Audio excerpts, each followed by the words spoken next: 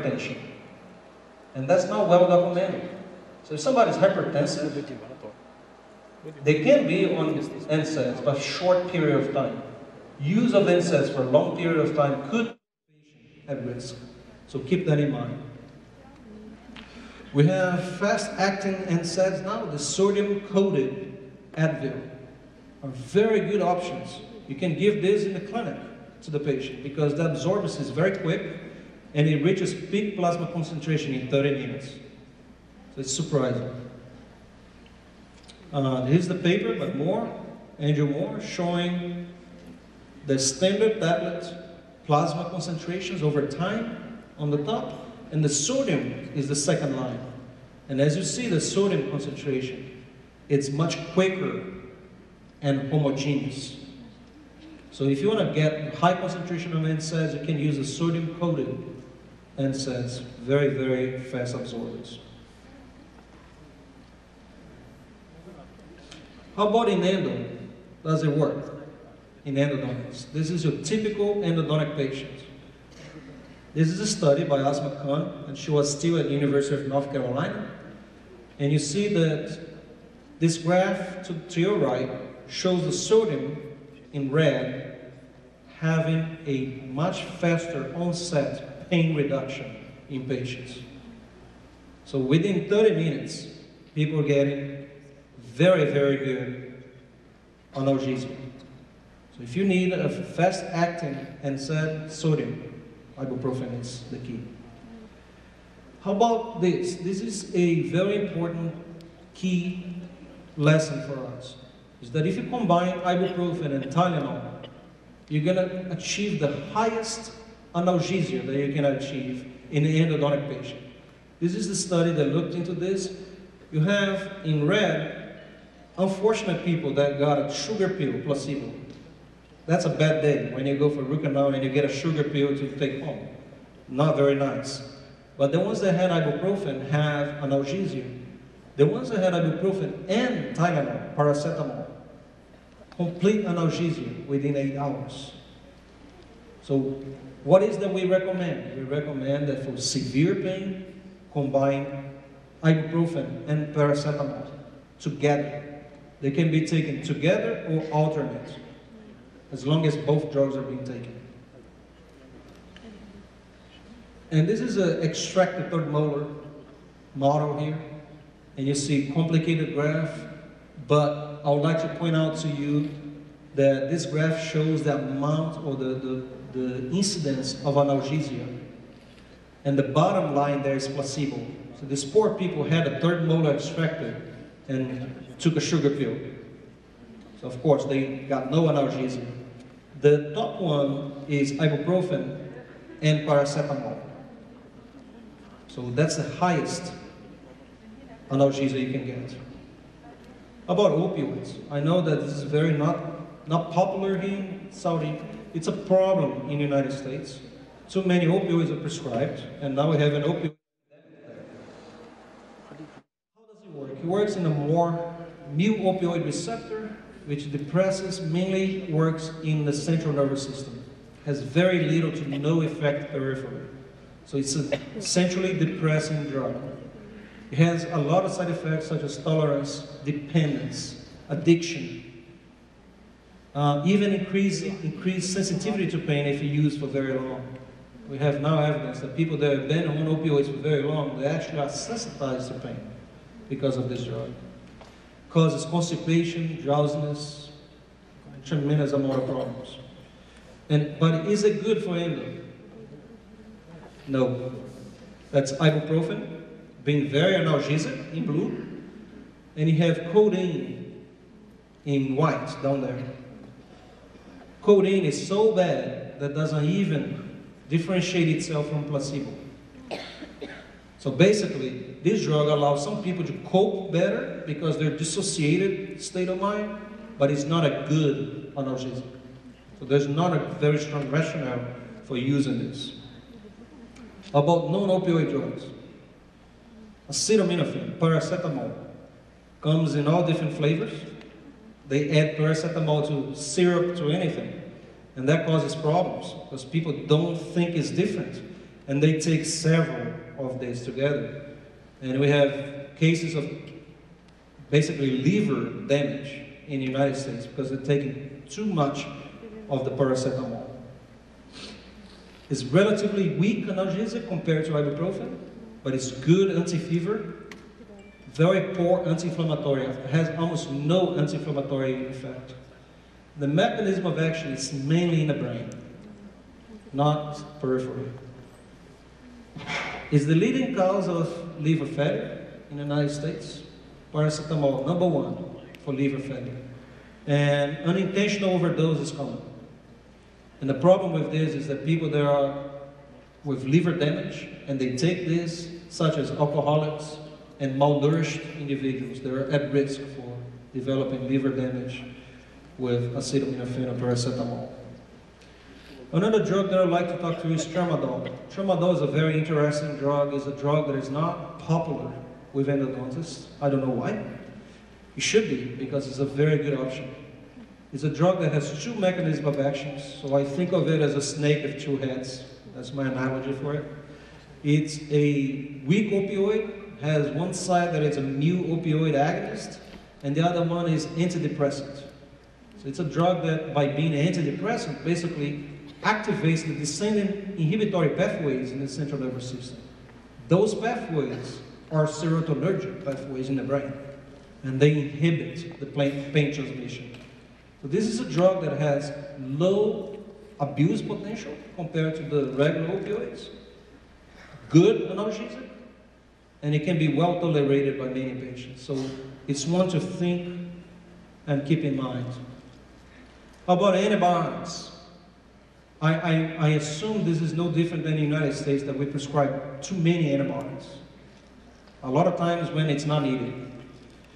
The considerations: it should only be prescribed when there's systemic involvement. Lymphadenopathies, fever, malaise. Patient has compromised immune system. Disease, severe uncontrolled diabetes, for example, HIV. Rapidly increasing signs and symptoms. If things are going really bad, really quick, yes, sure, put the patient on that. And involvement of anatomical danger zones, right? Facial spread of infection. But how about antibiotics for pain? Let's look at some of the studies. Different studies here on the left with the year, the diagnosis, and it was double-blind or not. All the double-blinded, placebo-controlled, randomized clinical trials, the outcome is not significant. Doesn't work for pain. Only one study showed difference on the bottom. But what if the studies are not randomized? Then, out of the sudden, all the antibiotics work. So I want you to be careful with the papers that you come across. Because if you have a randomized clinical trial where the patients took placebo, you're going to get evidence, very hard evidence, that antibiotics do not work for pain. If the study is low level and it's not randomized and doesn't have a placebo, then it seems to work. The reason for that is that antibiotics are so thought to be effective that gives you a very strong placebo effect. Basically, placebo is so strong in pain research that, let's take as an example, this room right here. If I gave you two pills, one, I told you that the pill was a new drug, that is a very good analgesic. The other one will be a placebo. Just because we did that, 17% of you that took the sugar pill is going to tell me that you had a 50% reduction in pain. Placebo is that strong. 17% of people will respond with just the idea that something is good.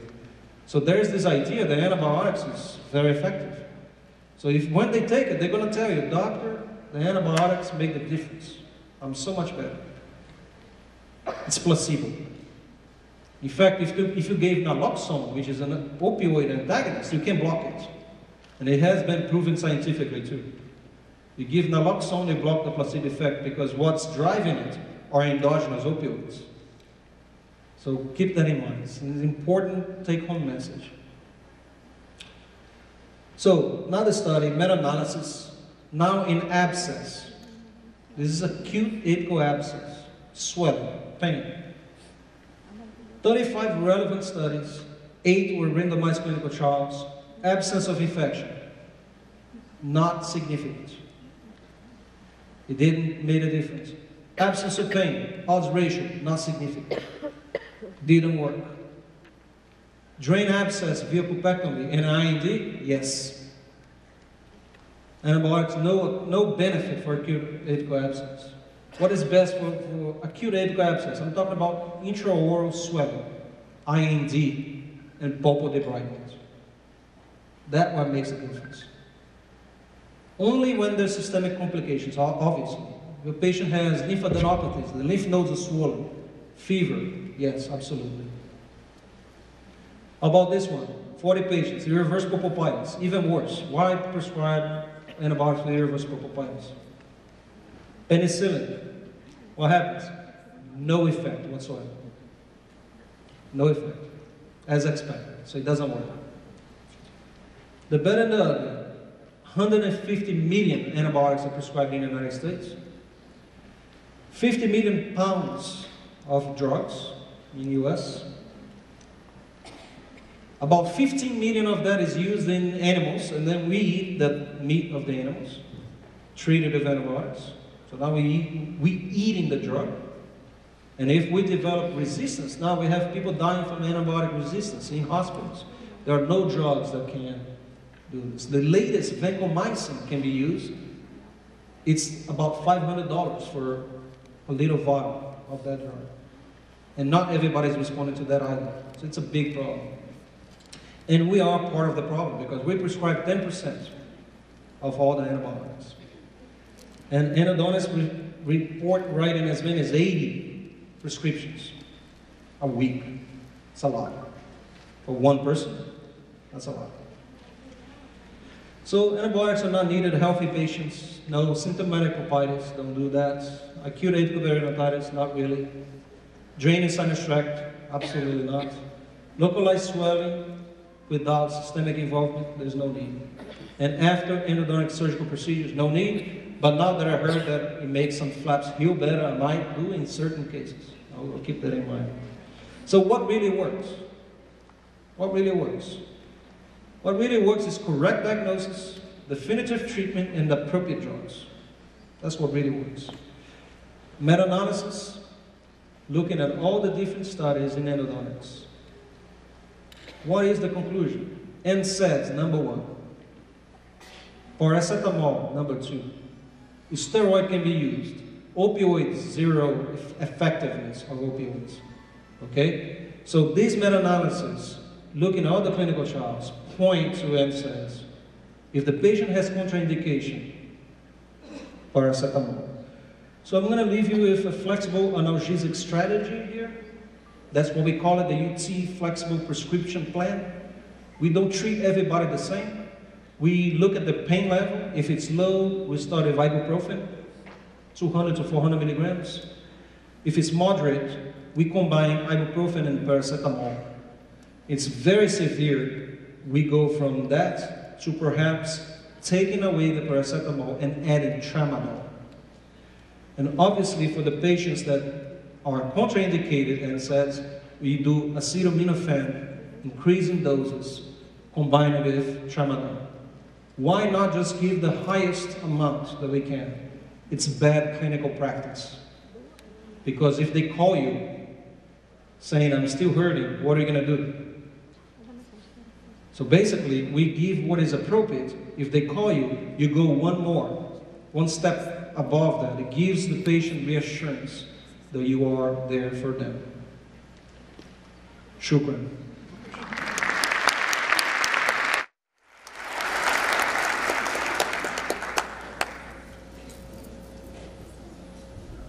Any questions?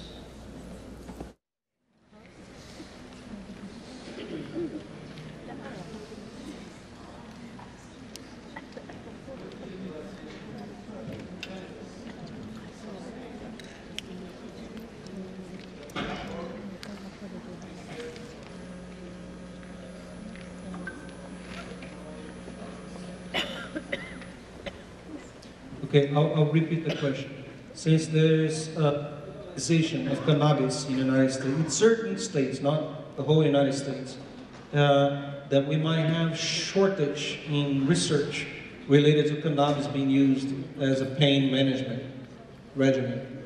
There are actually a lot of research on cannabis to be used as pain, not as the psychoactive part of the drug, but the cannabinoid receptors are very present in the pain system. As a matter of fact, paracetamol acts through an endocannabinoid. So every time you take paracetamol, it's being converted into a compound called AM404. And that compound is a cousin of cannabis. So that's how paracetamol works. So cannabis is, at least the metabolites, they're not. But paracetamol, surprisingly, very weak.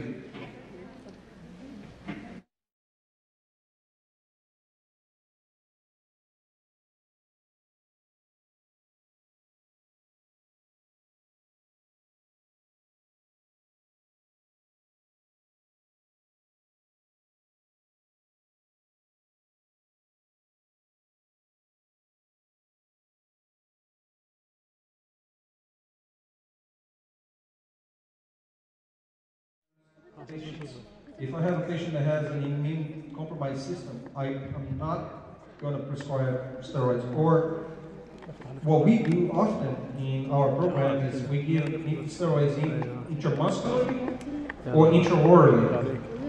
We can give intraoral, and there's research on that, of the heart rates, my chair, it's published that in the past. We can give a buccal infiltration of dexamethasone, basically, and ensure that the patient is covered with steroids. We do that often with periapical surgeons. And it's fun.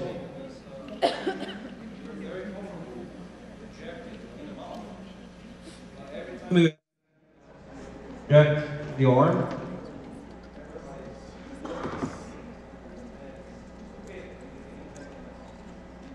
We need to inject muscularly because the intraoral works. So we use it, but mainly with vital cases, flaring up, and surgery. Very good. I have a question here. According to the FDA, recently, they say you have to limit your paracetamol to 30 to 100 only. So if you ask the patient to take 1,000 milligrams, would that cause any issues with the patient?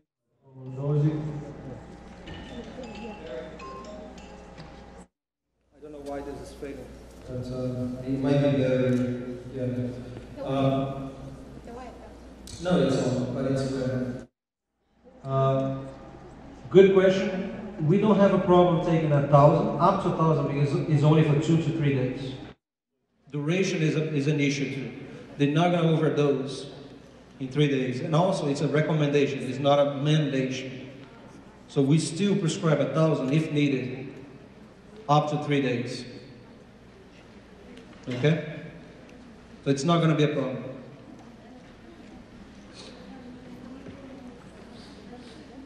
Thank you, Dr. Diakonis, for that. I'm going to ask about clinics of excellence recommendations. There's a new lecture and update. Are there going to be any changes regarding the opioid subscription that is mentioned in one of the paper there? The opioids in the United States, you mean? The colleagues of excellence. It has recommendations that joining between like acetaminophen and codeine sometimes for management patients, and based on your lecture, I think that opioids are not really working in. Yeah, it's a very good question. The colleagues of excellence, they published that there are certain patients that will require opioids. The reason for that is the coping. There are those patients that probably need help coping. It's not so much for the analgesic. It's because they request, they expect it. So The problem you see probably, the background of that colleagues of excellence story is that hydrocodone containing drugs now, they've been increased to Schedule 2. There used to be the to-go drugs. Everybody prescribed hydrocodone. The hydrocodone, 99% of the hydrocodone produced in the world is consumed in the United States. And then they basically, in order to regulate that, they made hydrocodone very hard to get. As an option, we can do codeine, but codeine is a terrible analgesic, but allows certain people to cope better. It dissociates their mind to the problem. That's what it is. So that's the recommendation. It's not a recommendation for everybody, only for the people that really require opioids. Okay? I know it's a bit confusing, but we can discuss more about this.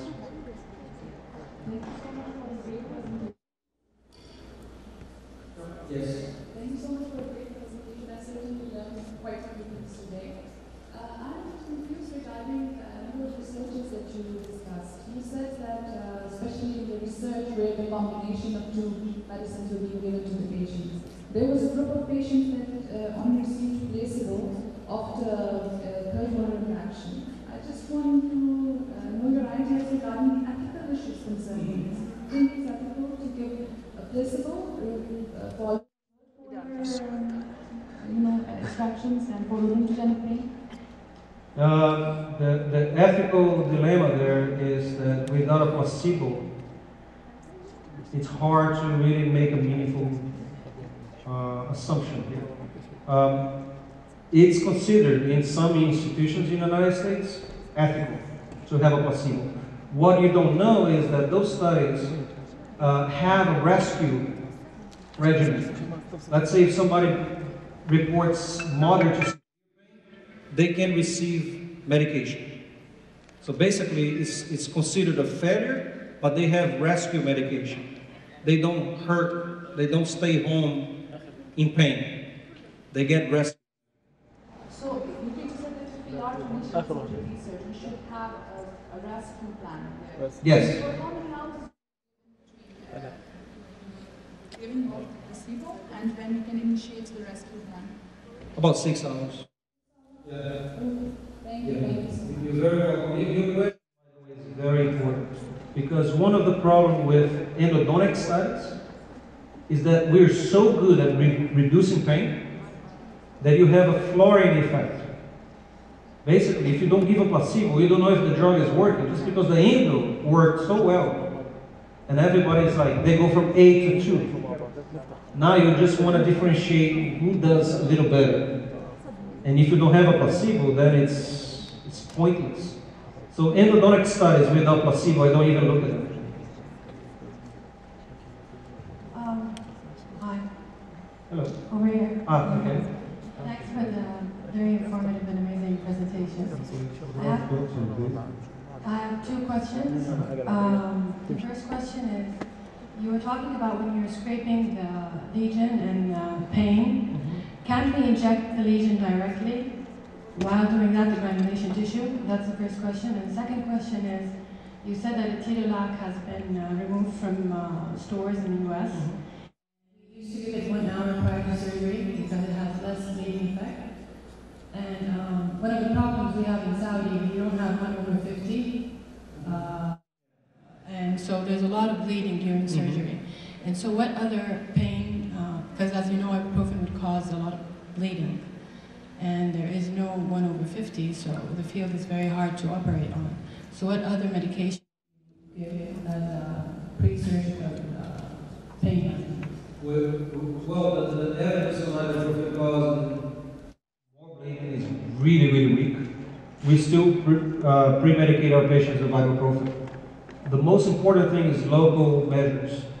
It's the 1/50 that you mentioned that you don't have, which is unfortunate. I wish you did.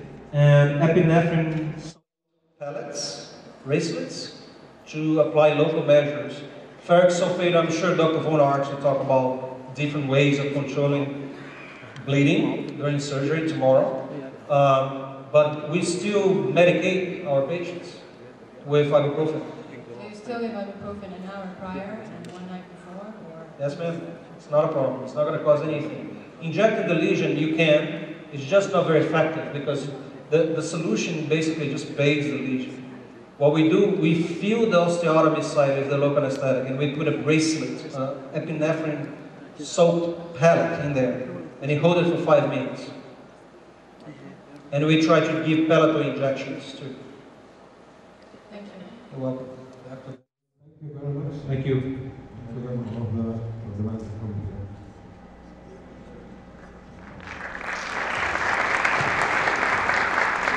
We will have the opening ceremony at 12.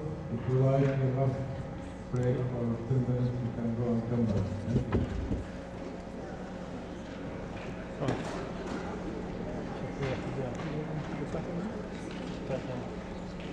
نزل اقرا شوف.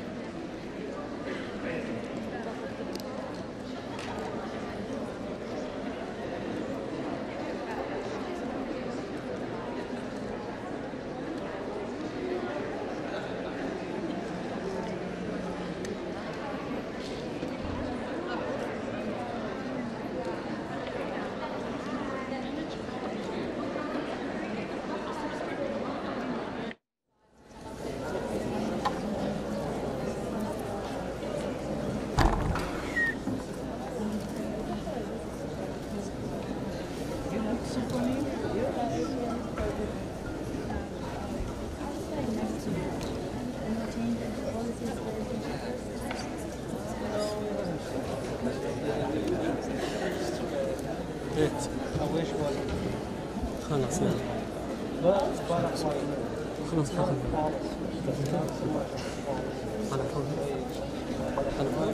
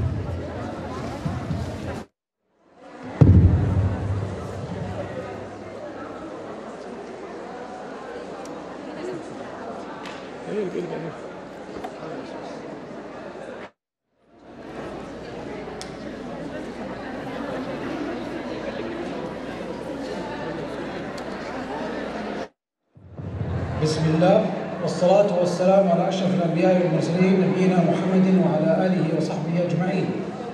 أصحاب السعادة، السيدات والسادة، أيها الحفل الكريم، السلام عليكم ورحمة الله تعالى وبركاته.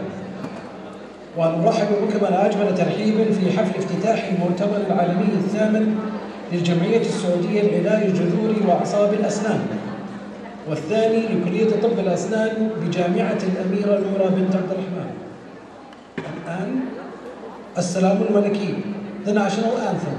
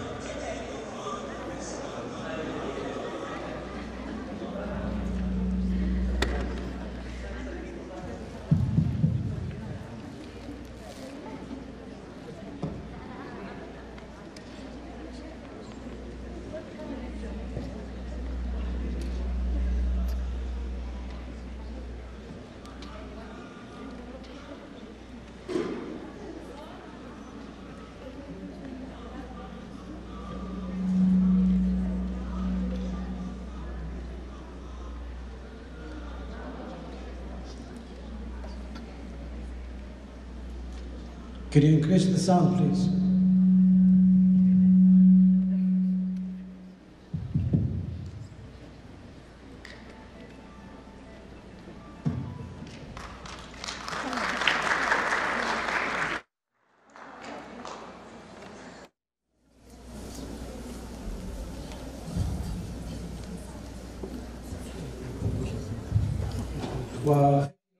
لكل بداية آيات عطرة من الذكر الحكيم.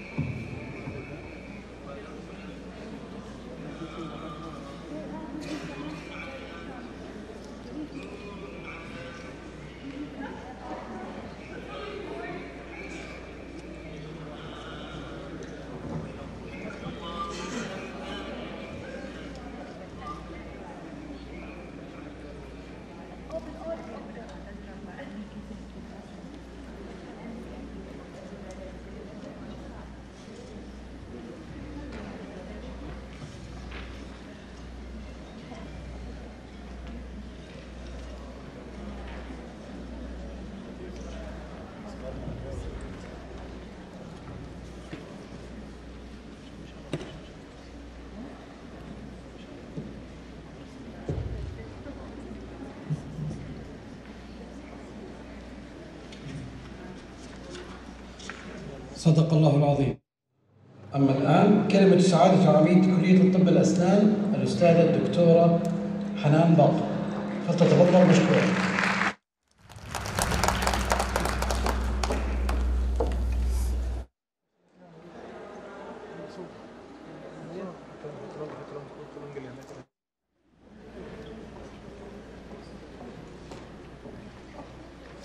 بسم الله الرحمن الرحيم، والصلاة والسلام على سيدنا الأنبياء والمرسلين سيدنا محمد وعلى آله وصحبه أجمعين. سعادة الأمين العام للهيئة السعودية والتخصصات الصحية الأستاذ الدكتور أيمن عبدو، سعادة الوكلاء ووكيلاء جامعة الأميرة نورة بنت عبد الرحمن، أصحاب السعادة، ضيوفنا الكرام، السلام عليكم ورحمة الله وبركاته. إنه من دواعي السرور وعظيم الامتنان أن تحتضن جامعة الأميرة نورة بنت عبد الرحمن في هذا اليوم المؤتمر العالمي الثامن للجمعية السعودية لعلاج جذور واعصاب الاسنان والثاني لكلية طب الاسنان تحت عنوان التباين في علاج الجذور. المؤتمر الذي يستضيف نخبة من المتحدثين العالميين لعرض آخر المستجدات العلمية والبحثية ومناقشة القضايا المتباينة في علاج الجذور وطرق التعامل معها من خلال الأدلة العلمية. Distinguished guests and speakers, it's an honor to me to welcome you today at PNU to the 8th International Saudi Endodontical Society and Second Conference. This conference is a joint of the Saudi Endodontical Society and the College of Dentistry at Princess Noor University, targeting dental professionals interested in endodontics, including endodontists, educators, general practitioners, and students. Endodontics is a constantly evolving specialty with a continuous appearance of new trends and consolidations of established practices. It is imperative for endodontists to stay up to date in the field if they wanted to maintain a cutting-edge practice and education of their specialty. As we all know, like in all other specialties, many topics are open for debate in endodontics. It is a healthy practice to address these debatable issues in a scientific manner and seek resolution to it. Hence, our conference today titled Controversies in Endodontics. This conference will provide a national and international platform for discussion of present and future challenges in endodontics. This joint conference reflects PNU College of Dentistry commitment to advancement of dentistry, not only through educational programs, engagement in research and community service, but also through events like this, which attract internationally renowned speakers to further discourse. At the end, I'd like to thank the Scientific Committee for their marvelous job in inviting the distinguished speakers who will embrace this conference with their cutting-edge knowledge and experience and enlighten our knowledge with new techniques and research in the field. Also, I'm especially thankful to the organizing committee whose tremendous efforts have made this conference successful and are visible everywhere. Lastly, I would pay my gratitude to all exhibitors whose participation has made this event highly successful and attractive for the young and senior dental professionals. And before I hand over to Dr. Khalid Mirdad, the chairman of the Scientific Council, I want to say once more, on the behalf of the organizing committee and College of Dentistry, welcome in PNU. Thank you.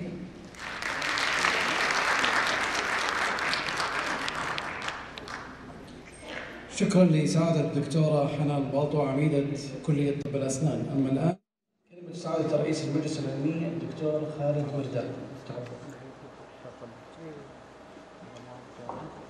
بسم الله والصلاة والسلام على رسول الله سيدنا محمد وعلى آله وصحبه ومن والاه. السلام عليكم ورحمة الله وبركاته. سعادة الأمين العام للهيئة السعودية للإعصاب الصحية الأستاذ الدكتور أيمن عبد، إخواني وزملائي الحضور، نيابة عن المجلس العلمي والجمعية السعودية لعلاج عصب وجذور الأسنان، أرحب بكم في المؤتمر الثامن لعلاج العصب. كما تعلمون أن المؤتمر عبارة عن شراكة استراتيجية بين صرح أكاديمي مثل جامعة الأمير نور بن عبد الرحمن التي سخرت الإمكانيات والتنظيم لتماشيا مع رؤية المملكة العربية السعودية في تعزيز الصحة والارتقاء بمستوى التعليم ببناء صرح علمي مميز وبناء مجتمع آمن. ونحن حرصنا في المجلس العلمي على إثراء المادة العلمية التي تناسب المجتمع بجميع فئاته. فعلى سبيل المثال الآن في مجتمعنا نحاول أن نقدم فرصة للمتدربين لعرض المواد البحثية التي يقدمونها، وأيضا كل ما يتماشى مع سوق العمل، ابتداء من الحضور للممارسين العامين والمتخصصين في علاج العصب. واختيرت المادة العلمية والمتحدثين بشكل مقنن بحيث أن تكون مرجع لإخواننا في الدول الأخرى للحضور للمؤتمرات العالمية. وأحب نيابة عن الجميع أن أشكر اللجان المنظمة التي حرصت على تقديم كل ما هو متاح لإنجاح هذا المؤتمر، وأشكركم على الحضور وأتمنى أن تقضوا وقتا ممتعا. شكرا.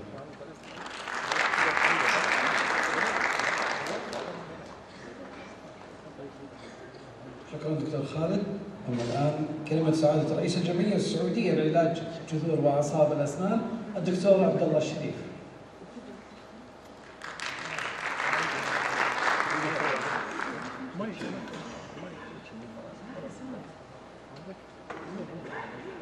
بسم الله والصلاة والسلام على أشرف الأنبياء والمرسلين نبينا محمد وعلى آله وصحبه أجمعين.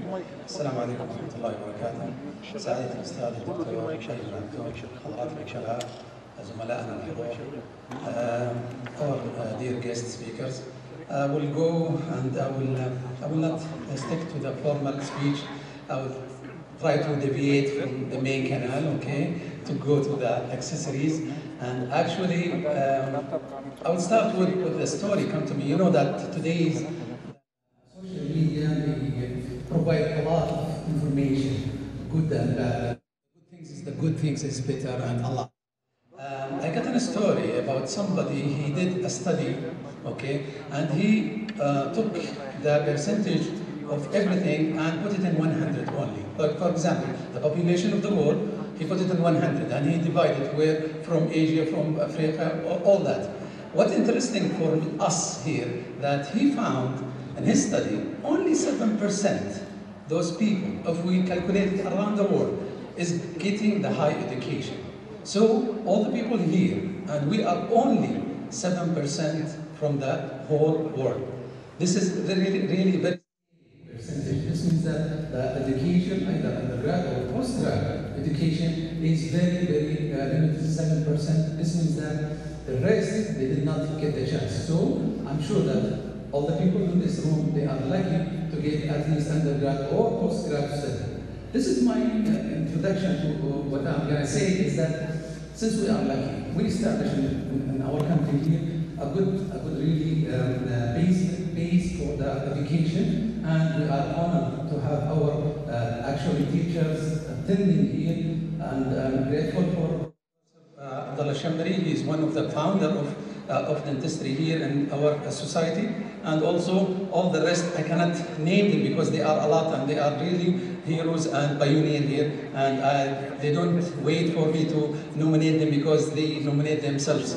And this is really a good chance that all of us now, we are happy in Saudi Arabia that we have all those legends, okay, and we have a good base for the dentistry and for our specialty in particular. And I'm sure you heard about us before you come, and now you join us and you see our resident. Yesterday it was a lovely, hands-on, and everybody was happy, and I'm sure the interaction that we get it from them, they are very happy about that, and we are really honored to have this. Again, we thank God giving us all of this, and we thank our government, our custodian of the Tuhaniyah Mosque, that he is supporting our all the kind of knowledge, all kind of establishment, and everything is facilitated for us. We are very thankful for God that we are in this country. Again, I would like really appreciate and thank you a lot for taking your time and traveling all this way to come to us and to share with us your knowledge. I'm sure everybody is happy with it. Finally, I appreciate for every single one of you, either our student or our resident or our colleagues or our guests, that they took from their time to come and join us. Thank you very much, and I hope you enjoy the rest of our symposium.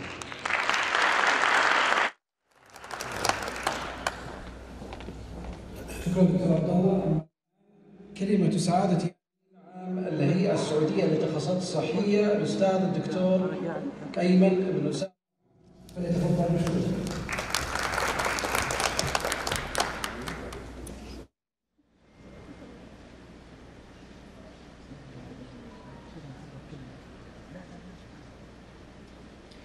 بسم الله الرحمن الرحيم.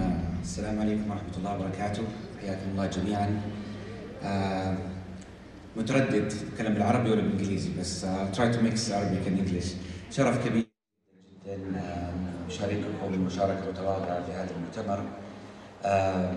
المؤتمر هذا يتميز بأشياء كثيرة، من ضمنها هذه اللوحة اللي تشوفوها أمامكم، إنه هو عبارة عن مشروع مشترك بين جامعة رائدة فتحت أبوابها وقلبها وعقلها للعلم وأهل العلم، فنشكرهم شكرا جزيلا سعادة الوكلاء، سعادة جميعا الحضور من الجامعة. جمعية من أفضل وأنشط الجمعيات الوطنية في هذا التخصص، فنشكر يعني قائدها وأعضاء مجلس الإدارة وجميع الأعضاء العاملين في الجمعية. الحقيقة الجمعيات في الهيئة هي من أهم الأذرع لتحقيق هدف الهيئة أو رسالة الهيئة، وهي حماية وتعزيز الصحة في المملكة العربية السعودية. كناشونال بودي متمثلة في المجلس العلمي، فيعني هذا الشيء اللي احنا حقيقة من زمان، إنه الأنشطة تكون فيها توافق وفيها موائمة وفيها consolidation يعني للفكر وللعلم. I'd like to thank all the international and local speakers. Without you discussing the cutting-edge knowledge, your vast experience, this meeting would not be what it is now. The Saudi Commission, we now have about 140 postgraduate clinical programs, one of which is this vibrant program. We have about 14,000 residents in the system, training in about 320 centers. So we're very, very proud, very, very privileged in Saudi Arabia to really be regional pioneers in postgraduate medical education. I think this privilege from one side and a huge responsibility on the other side, that we need to maintain that, we need to keep pushing forward, keep improving the quality. There's always a huge risk with expansion to maintain or improve quality. This is a mandate that we think about every day, and I think this meeting is one of the meetings that will enhance quality and knowledge. This last thing, one thing attracted my attention, this talk about all what you need to know about the future of the specialty. I would love to attend this meeting because I really have a lot of anxieties as somebody who shares the responsibility of the Commission. We really need to think about the future. There is this huge vision that keeps us inspired in Saudi Arabia, driven by great leaders, and I think it's so beautiful that all these 4 organizations are feeding into this great and ambitious vision. Shukran lakum jami'an.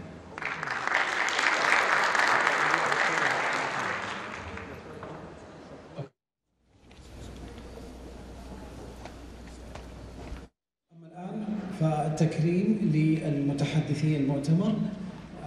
فضيلة الأستاذ الدكتور سعد الذيابي تفضل على الستيج.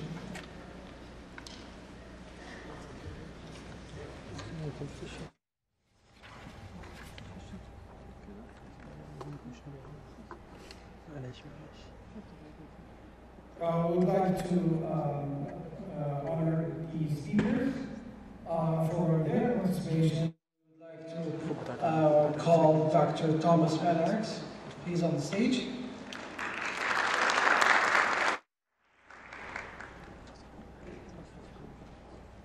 كويسة.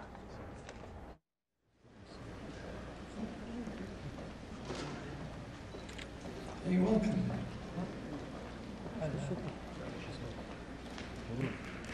Dr. Annabelle Eugene. And the speakers, please be on the stage.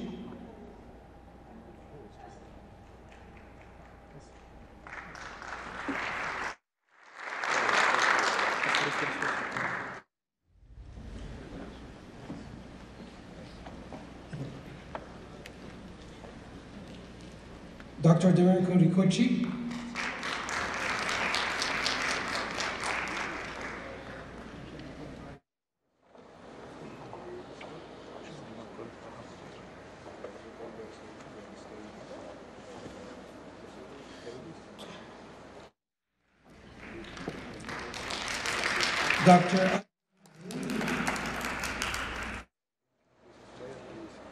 Dr. Stephen Bothman.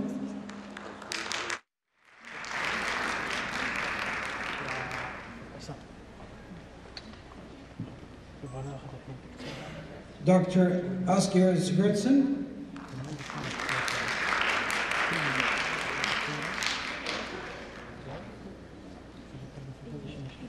دكتور خالد برداد.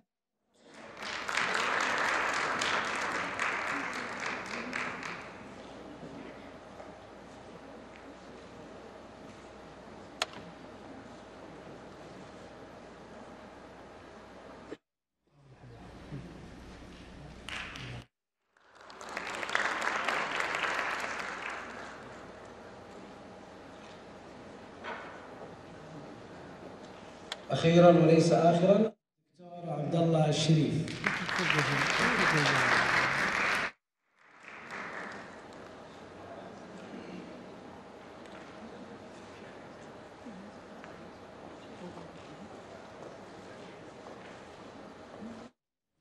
Okay, we would like to have a group picture, please.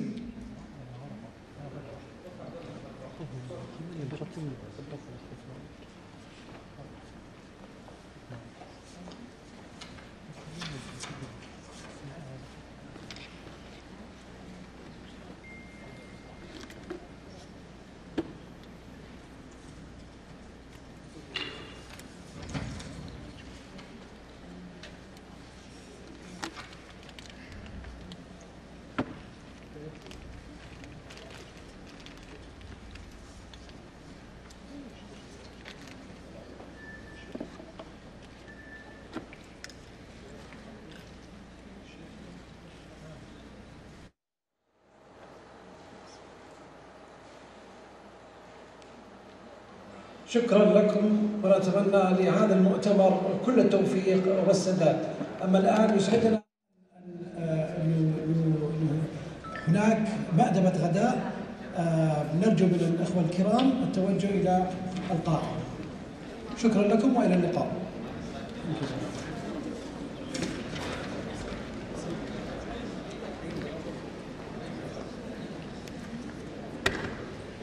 وهناك تكريم لسعادة الدكتور أيمن عبدو.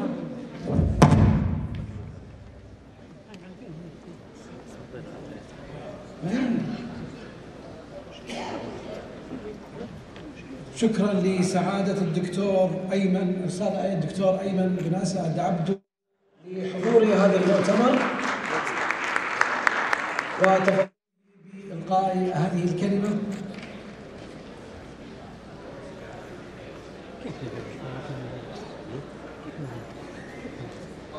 شكرا لكم والسلام عليكم ورحمة الله تعالى وبركاته.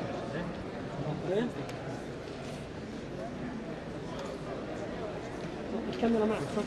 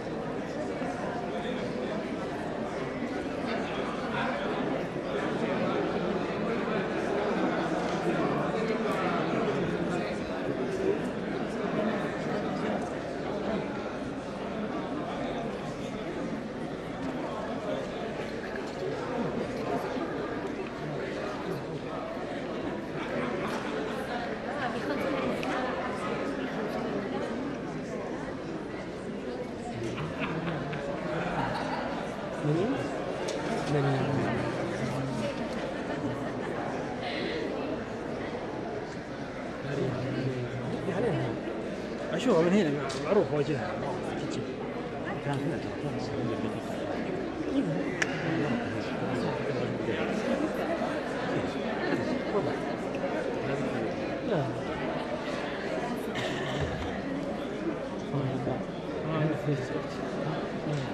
من هنا نفس الحريم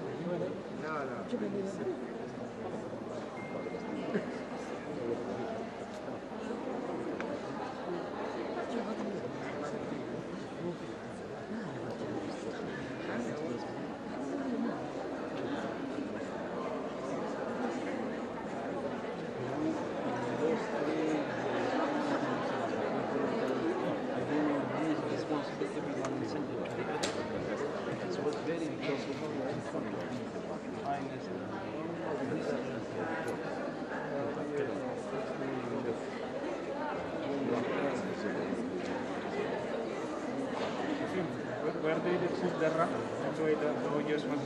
This is voltage leak, tell them. This is from there. Where is it? Who is asking?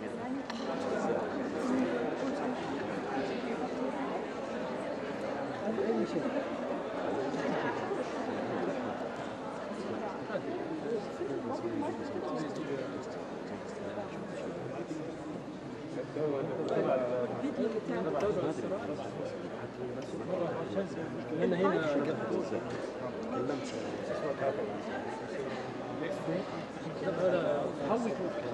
Okay, let's think.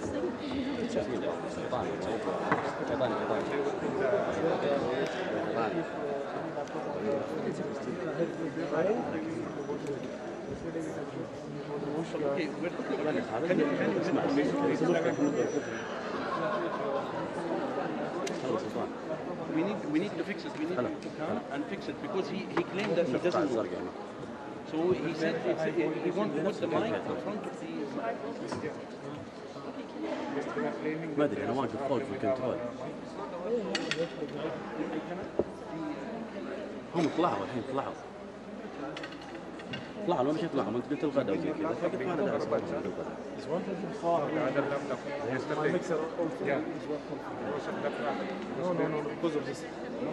كيف؟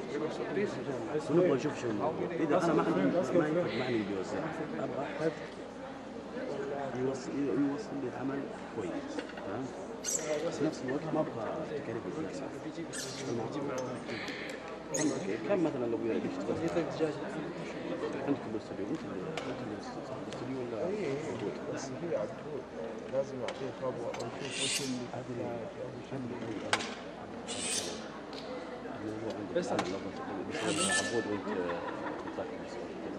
كله انت يعني الاسعار دي ما تعرف ما اعطيك سعر لين هو يعرف وش بيسوي زي واحد لحم الدجاج خلص لا دجاج خويك دجاج دجاج ولا لحم دجاج ولا لحم اعطيت منه السيد من لحم واجد جبن رجال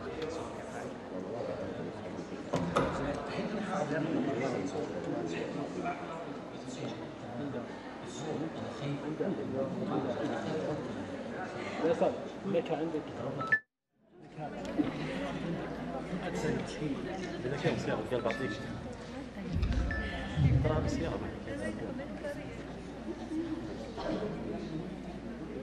خليك بدون نسبه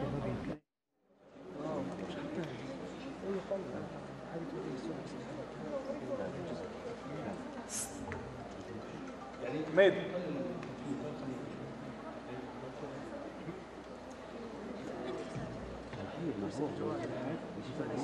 يسوي تست على نقل الصوت. اسمع تدري في فيلم عمل عرض في فيلم انا مسويه صح عليها صورة زينة أول شيء حقت القص خلي أنا قلت أمس ضرب علي ضرب علي أنا ماني دخل كلمت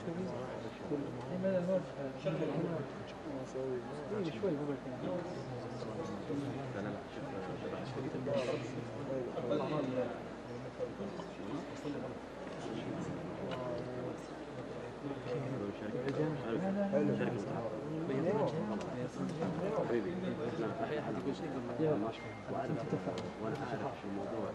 لا المشكله هذه هذا تبع الجامعه. هذا اللي تبع مره عيد هي تجي. لا وين المشكله؟ وين المشكله؟ مشكلتك طيب انت طيب انا يعني وين المسؤول هذا دائما يعني التصوير زي كذا ما يعرف سنتين 40 سنه لا انا صورت حل حل معين حل استاذ في حل معين سواء تشبيك ولا سواء تشبيك معكس اشياء اسلاك اي شيء مشبوك اسلاك من امبارح في مشاكل انا بالنسبه لي بالنسبه لك كذا بالنسبه لي انا فريق بس هذا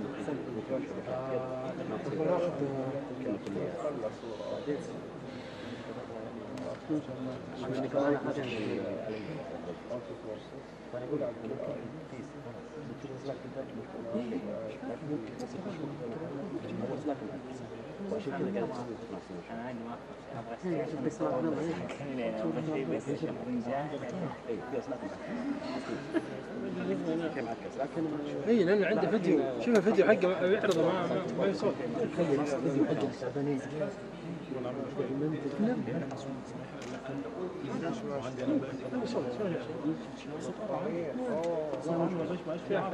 والله زي التلفزيون بيطلع صوت والله في جو مرتب والله حصل زي كذا يعني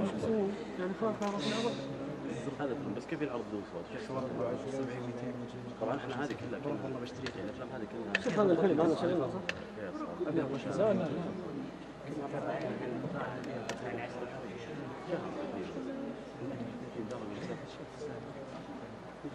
الناس نايمه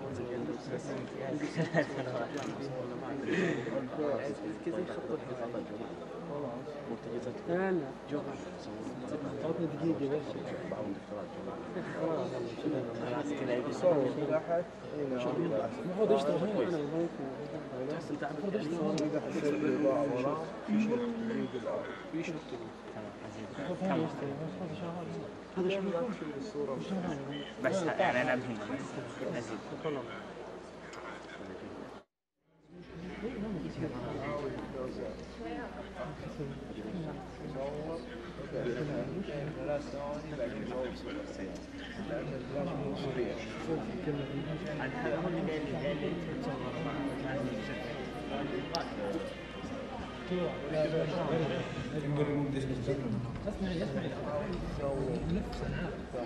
واحد فيديو كنا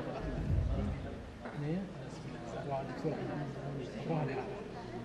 اخذنا لقطه بكلامها عشان ننزل على انا صوت ضرب صوتها انا صوتها ضرب عندك هنا عشان كذا ابغى الحالة اخذها لقطه تتكلم عشان ننزلها موجودة وريت هذا انت في تحس شيء ما طلعت شيء كل شغل وتعبنا هذا ليش ما دخل لا تقول مني ما دخل هذه الشركة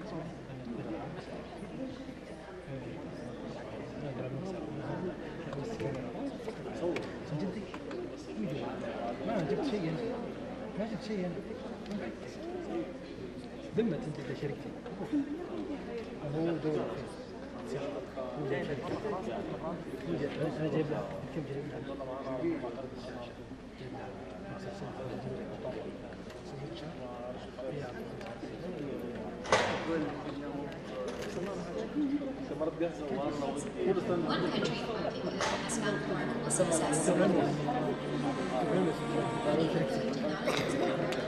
Saudi Arabia is compared to other successful countries.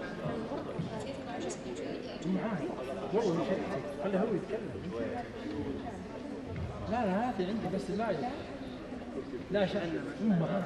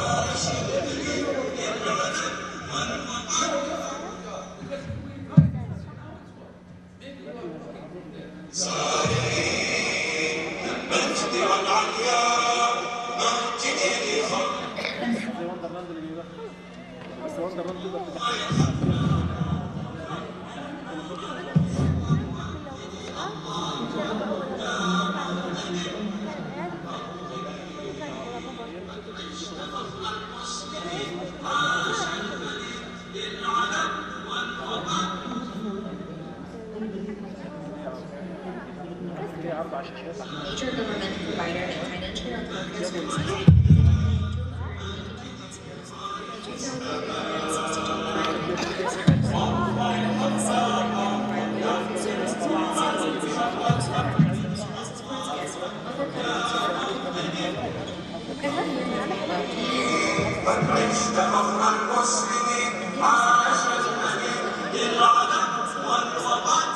Saudi Arabia, EC and border. In 1990, the first separation of conjoined twins was done successfully, which is the most expensive and difficult procedure to perform and can take up to 24 hours. However, after many successful demonstrations, Saudi kings and many conjoined twins has found the mark of success, including first-class plane tickets and free accommodations. And yet, this country continues to grow. The 2030 vision of Saudi Arabia is based on 3 pillars, which represent its unique competitive advantages to build this country. ونحن معتبرون أن المملكة يكون موعدها خاصة بوجود الدعم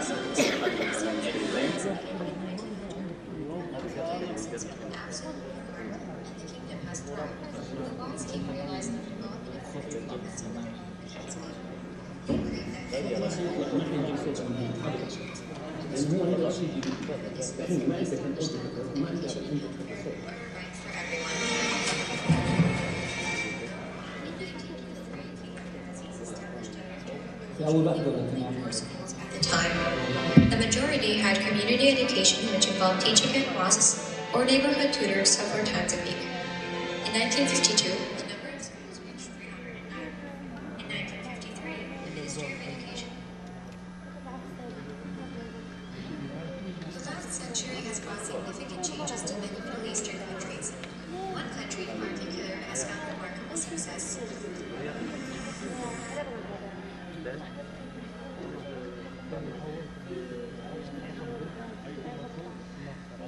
Changes to many Middle Eastern. The last century has brought significant changes to many Middle Eastern countries. One country in particular has found remarkable success. Even though it did not exist before 100 years ago, Saudi Arabia is compared compared to other successful countries around the world, the 5th largest country.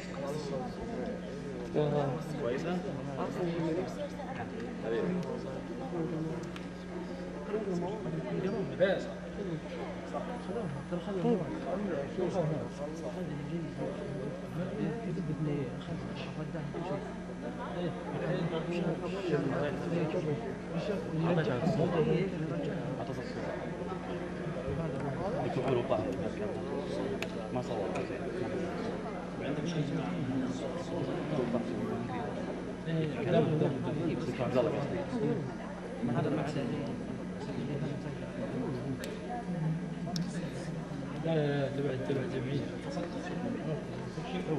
Century has brought significant changes to many Middle Eastern countries. One country in particular has found remarkable success.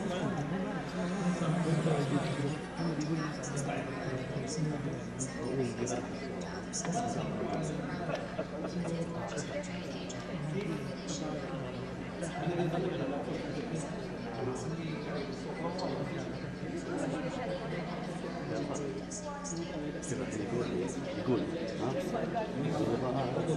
الوظائف هذه رخيصة هذه تصويره ضعف مني ضعف ياسر ضعاتي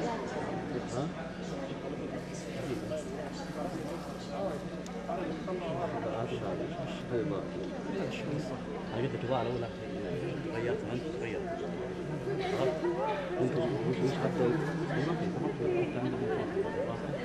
حط اليوم حطوها في قاعة صغيرة قلت خلينا نفتح فيصل معي كيف الزحمة؟ فيصل فيصل كم في زحمة؟ كم؟ فجأة جدا تعال فيصل ما تحتاج كلش بعدين يكون الشيء حقتي في البيت شوف البيت ما بوصل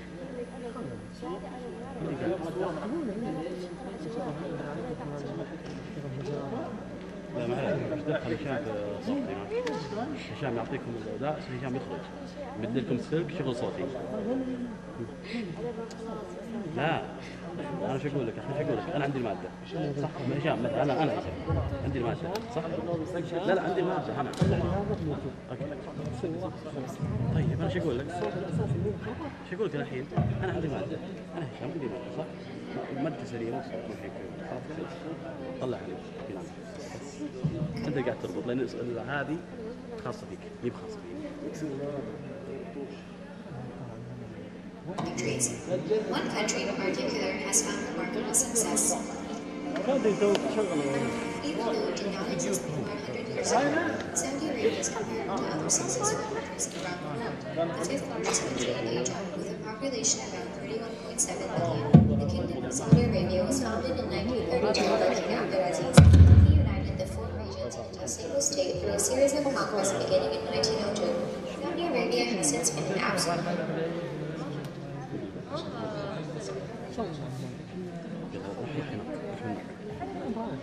education and healthcare were the 2 main foundations of a strong nation.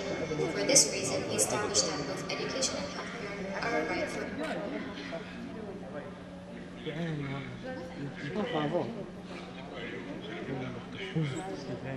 كيف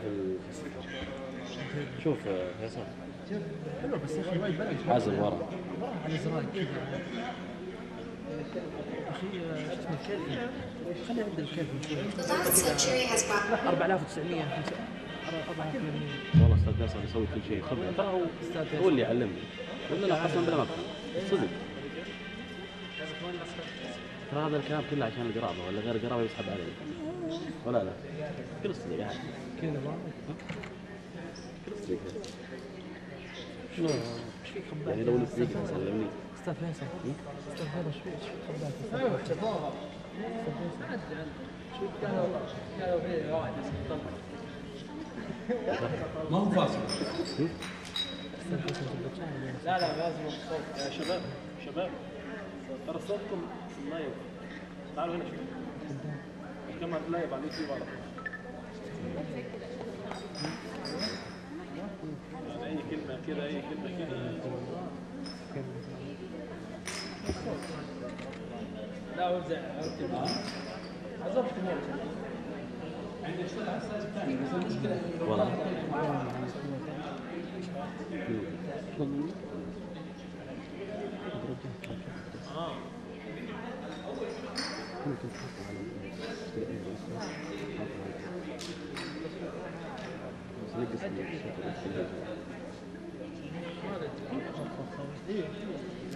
significant changes to many Middle Eastern countries. One country in particular has found remarkable success.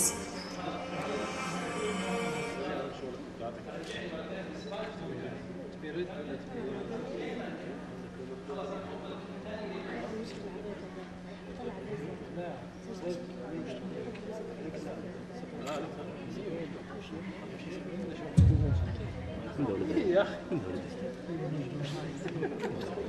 عندي رد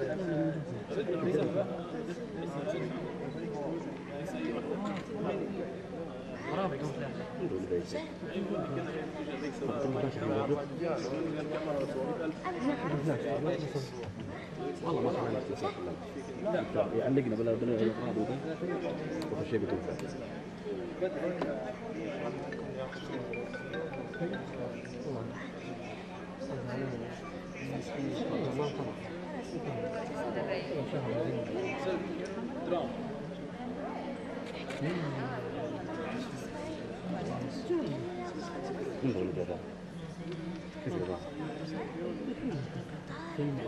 ورني اللي توقع تلقطين سوي فيس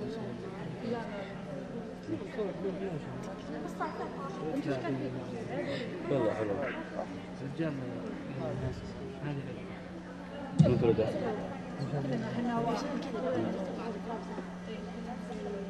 وفرها بالحبة شوف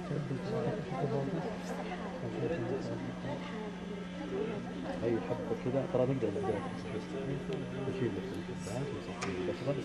يسوي سكسو كم هذه الثاني في مخشب هنا بعض الثاني كذا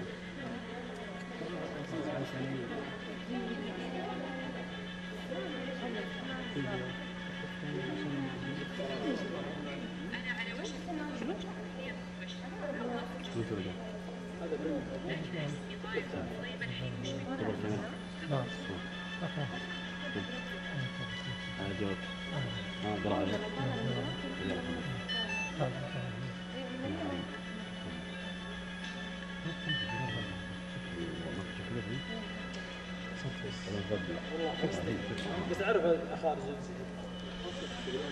استاذ ياسر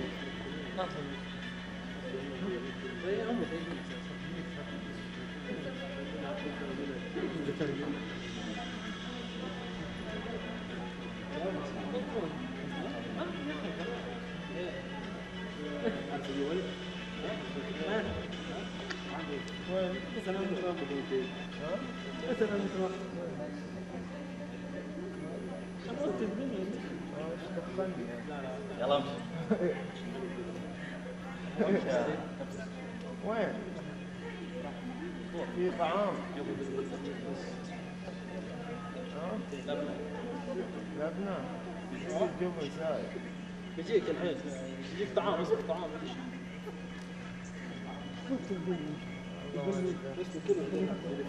كلها واحدة في العالمي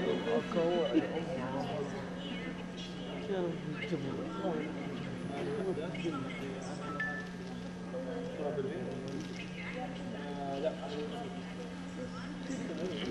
بس لفت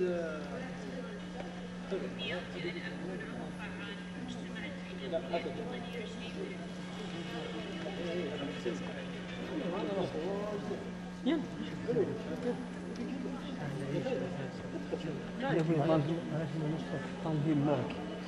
شوف بريمير كويس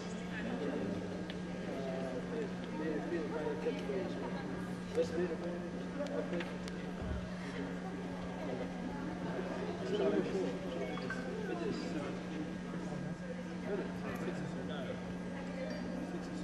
ليش هم يشتهرون؟ تشيل الطفليات لا بس انا ماخذ اصلي.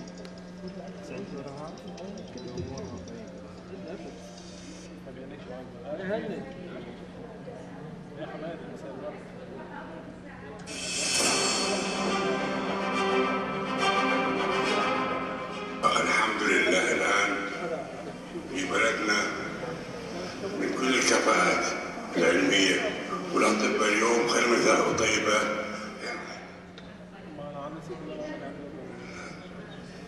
في كل مجال من الطب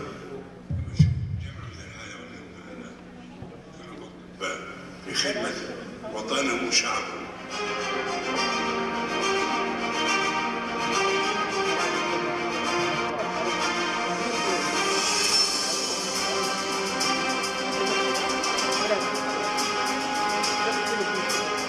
أنشئت كلية طب الأسنان جامعة الأمير نورة بنت عبد الرحمن بعد صدور موافقة خادم الحرمين الشريفين الملك عبد الله بن عبد العزيز رحمه الله تاريخ 9/7/1833 هجرية الموافق 2012 ميلادي، وتم تخريج أول دفعة في عام 2017 ميلادي. تتطلع الكلية إلى تخريج كوادر وطنية طبية رائدة في مجال طب الأسنان لخدمة صحة الفم والأسنان.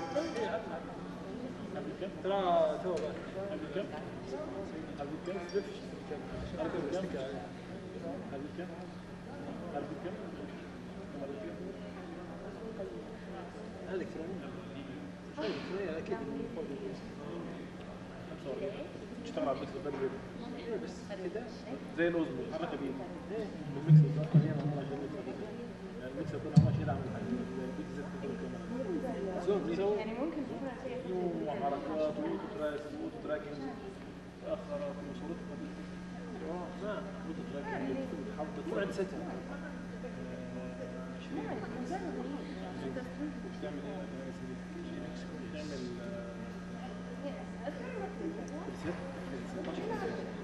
كده انا ممكن اصور بكاميرا واحده 16 مكان تصور مكان 16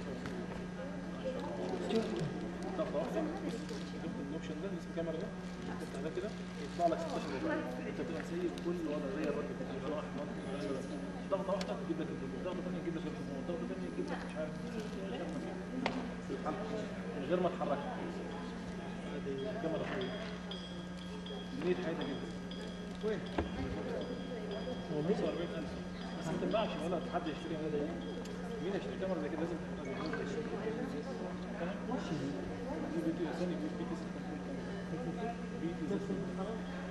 ايوه نفس الحرام بيتي زفت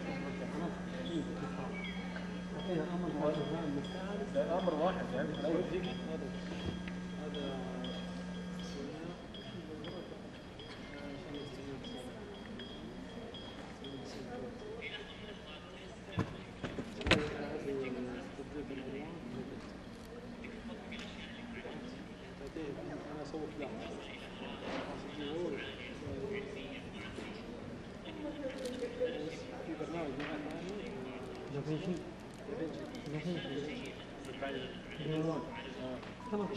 لو اوريك اياها الاصل هذه مدي كات والله شوف عليه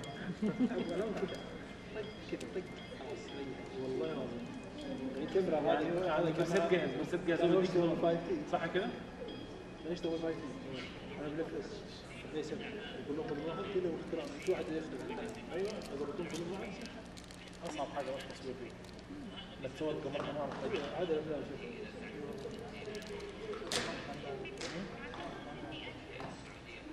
صور كله يكفي واحد كل واحد كده لا بس فيه ثلاثه هذا عشان ذاته اي ذاتي انا ليش انا طلعت حاولت عشان اعلم الناس ان الاضاءه اللي عندي هذه تفرق عن الاضاءه عرفت يا رومي عشان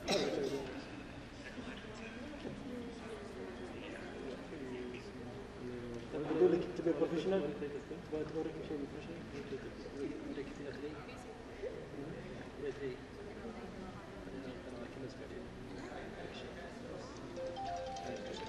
اكشف على اكشف ليش اكشف الو يا ابو دياب ده ايه بس ما بيردش. شوف انت فين؟ انا في واحد ثاني نفس السؤال. طب يلا انا اكلمهم.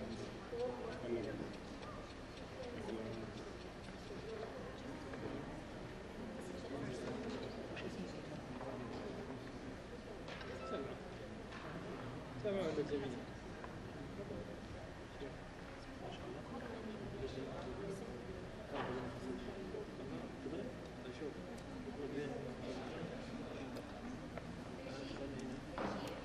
شفت المونتاج اللي اسمه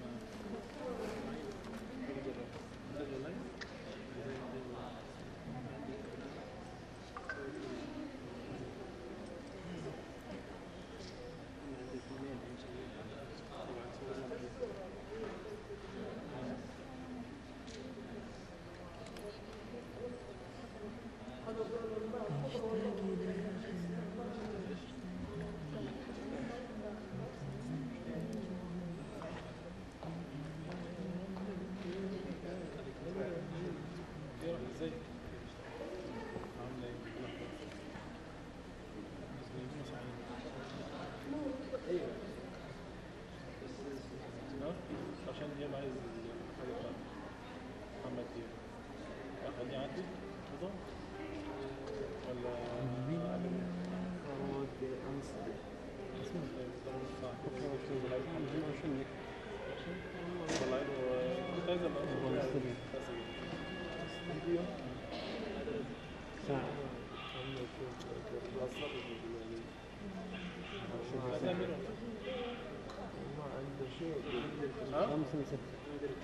كده استعجلت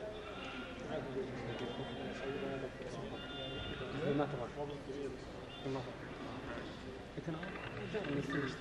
عادي انا استعجل بسرعه الواحد يروح اصلوها خلاص شوف كده نحبها ما في رزق ما عليك بس ارجع امشي الوليد قاعد شغلني الى 3 الفجر قعدت كذا الوليد قعدت كذا على قمت الساعة 7 زمان خلصت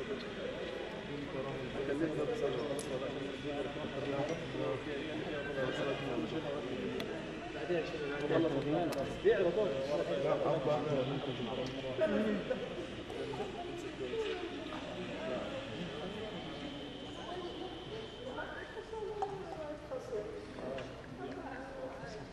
خلاص؟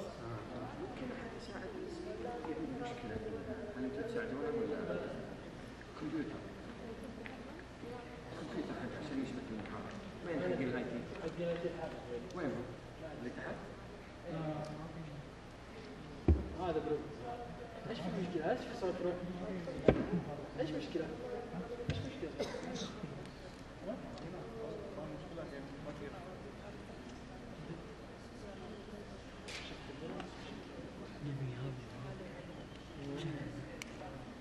لا لا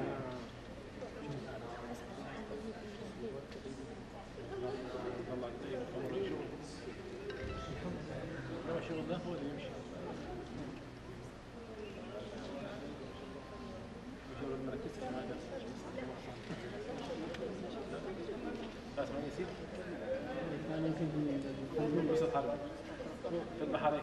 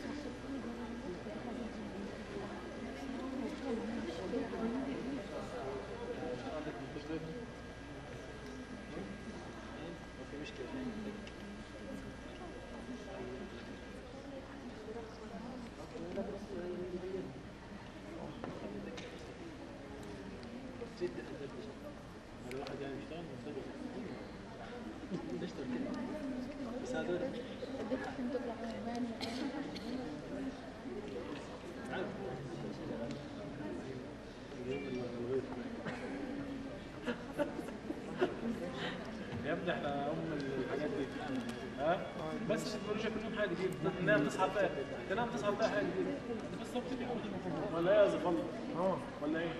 لا وش ما ادري ايش السؤال. يسلم عليك اقول ايه ما بس عليك بعد شيء ممكن اللي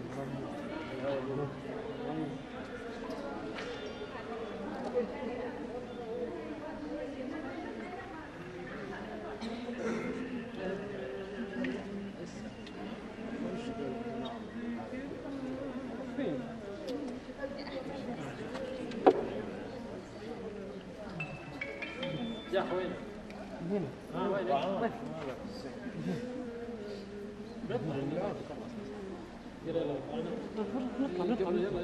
وين يا شيخ؟ لكن بجلس شوي.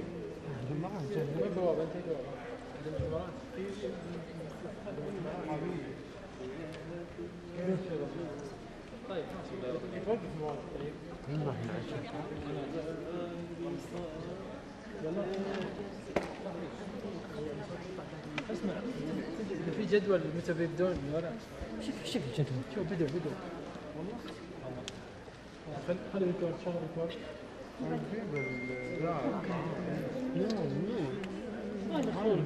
ما يدخلون الكفر اصلا عشان من هنا ولا من هنا؟ شوف فيصل تكلم معاك شوف طيب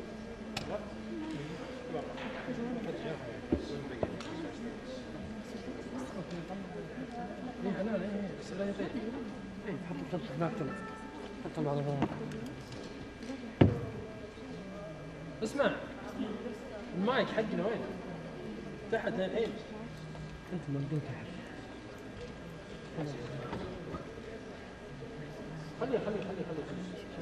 خلي شغال. اسمع بالصوت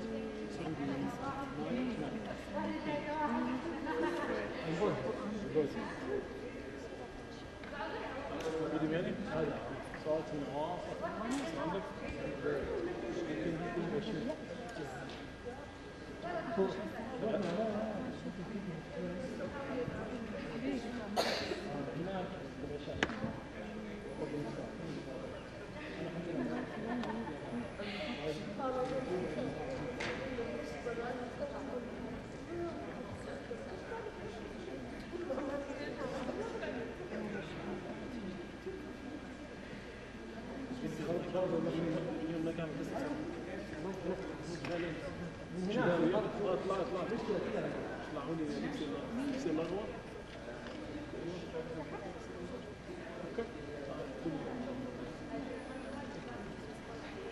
بيضرب عندي ولا شيء؟ يعني هو بيضرب عندك شغله؟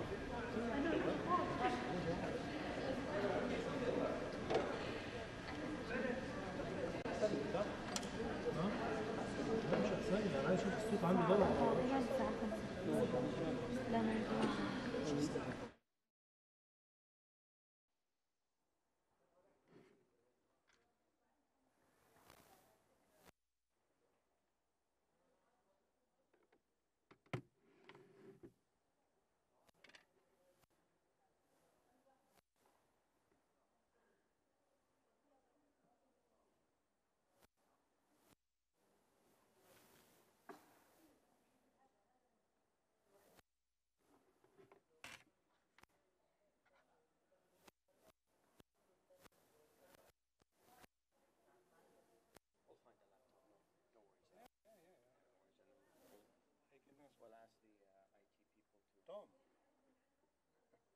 Tom, here.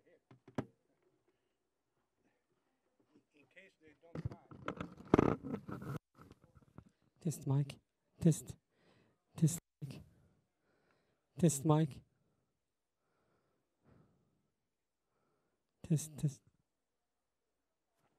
Test mic. Test.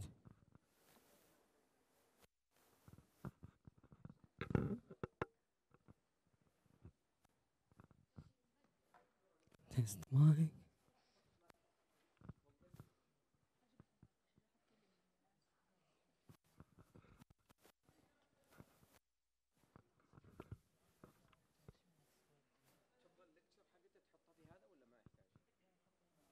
اجيب لك اليو اس بي ممكن؟ Excuse me.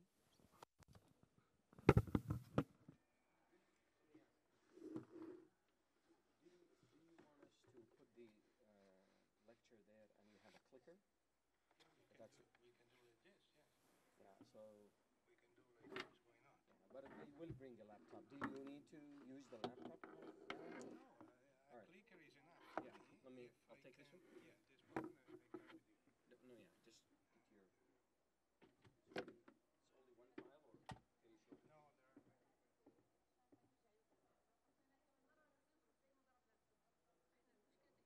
many. فانا هحل له مشكلته خلص. ايه معاه هو هارد ديسك، معاه هارد. انت بس اهمك بس تعال.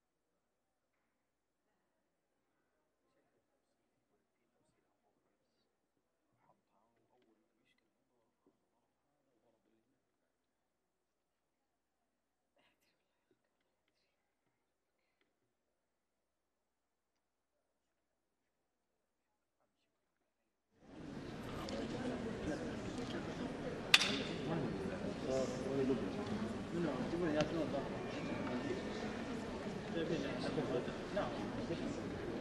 يا اخي انا ما اعرف. شربي احمد هارون بيتم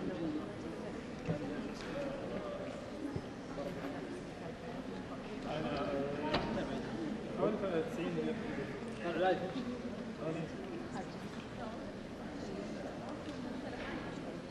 ايه 50